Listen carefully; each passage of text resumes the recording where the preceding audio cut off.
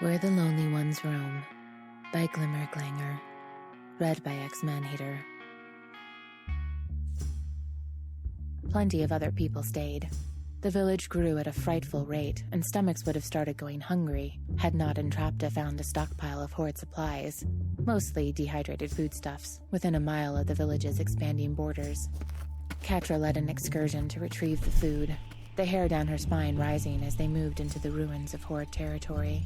She had avoided crossing the border since blowing into the village, barely looking at the ugly bulk of it on the horizon. There were too many memories full of metal corridors and the smell of grease, of pain and loss and fury. She ignored the ghosts stalking her thoughts, pushing the group faster and harder, like she could outrun the memory of weapons fire, the sting of punishments dancing over her skin. They loaded the sled quickly, with enough food to feed 1,000 people through the majority of the winter. They'd need to find another cache if the village kept growing, but that was a problem for another day. Catra frowned at the storehouse once they emptied it.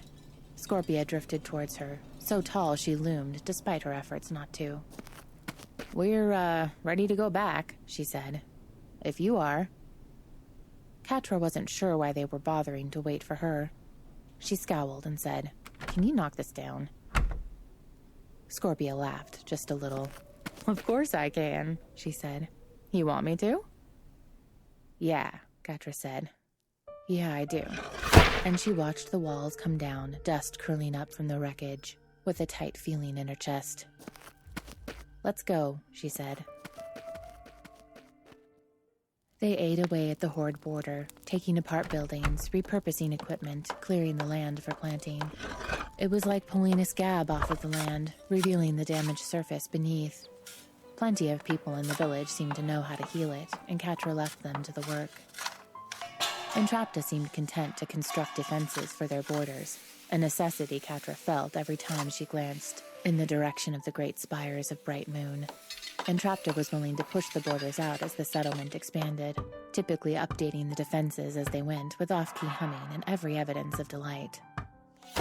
Scorpia spent most of her time on what they began to call reclamation missions and seemed delighted by the work, and perhaps by the slaps on the shoulder she got and the drinking buddies she attracted in the evenings.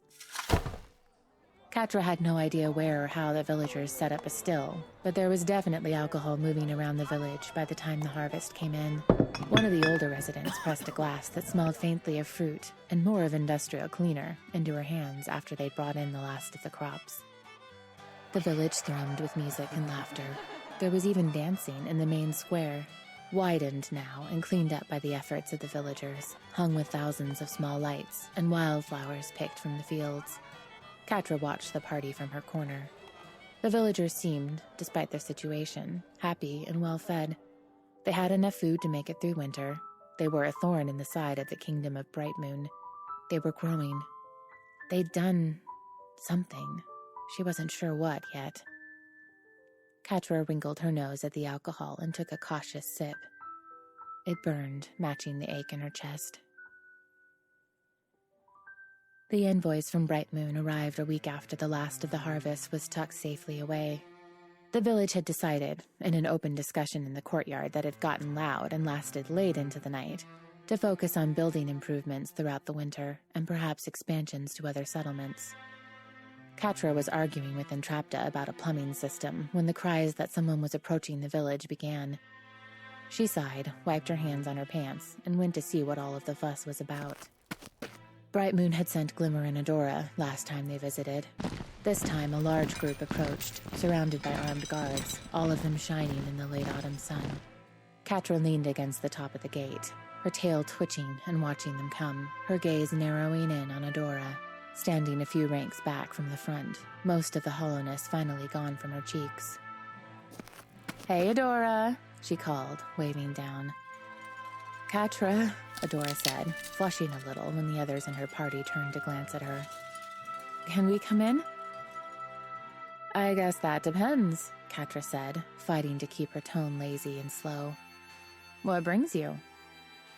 "We're here to settle things," Glimmer said, stepping out of the front line, even as some of her guards tried to pull her back.